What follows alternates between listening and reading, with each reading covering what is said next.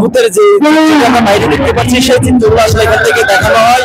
তবে এখানে প্রচুর পরিমাণ ছোট ছোট বাচ্চারা দেখছে, আমরা দেখছি ইতিপূর্বে সে যারা বেরিয়েছে তাদের সাথে কথা বলছি। মধ্যে থেকে তারা প্রতিটি টিকিট 50 টাকা নিচ্ছে এবং ভূতের যে চিত্রগুলো সেই চিত্রগুলো দেখাচ্ছে। অনেকজন কিন্তু ভয় পাচ্ছে, আবার অনেকজন কিন্তু হাসিতে কিন্তু সেই জিনিসটা দেখছে। তো যারা চন্দনের বাড়িতে বেড়াতে আসবেন তাদের থাকলে সে বাড়িতে বেড়ায় আসলে ভূতের কথা অবশ্যই অবশ্যই দেখে যাবেন। তবে এখানে দেখার জন্য আরো অনেকে আসছে, তাদের সাথে একটু কথা বলবো। এখানে কি ভূতের ঘর দেখতে আসছেন নাকি দুইটাই? কোনো কারণে ভয় পান? ইনশাল্লাহ যদি রাত্রে আপনাকে চিপে যাবে, আমি চিপে ধরবো। Sure sure. কোন জায়গা থেকে আসছেন? চন্দনাই সৈয়দ বাড়ি। আপনার নাম? নাহিদা সুলতানা জিজি। তাহলে ভূত আপনাকে চিপে ধরবে না, আপনি ভূতকে চিপে ধরতে না পারলে কামড় হলে দিব।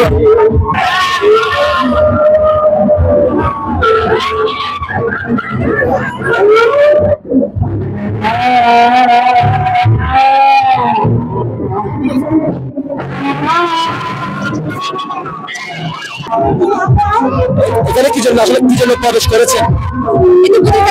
প্রবেশ করেছি। ভূত কি আসলে বাস্তবে দেখছেন কখনো নাকি দেখবেন? আমরা নিজেরা একটা চিন্তা দেখবো।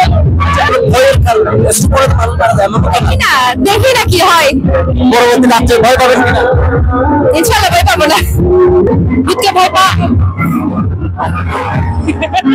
ভয় পাও? তুমি ভূতকে ভয় পাও? না কখনো দেখছো ভূত?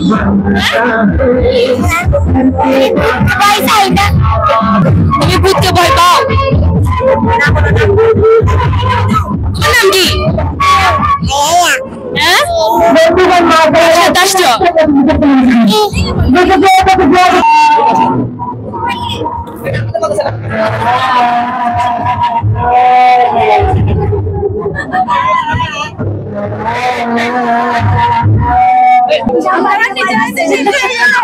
আপু আসলে আপনাদের সাথে আমরা বসে দেখলাম, কেমন লাগলো?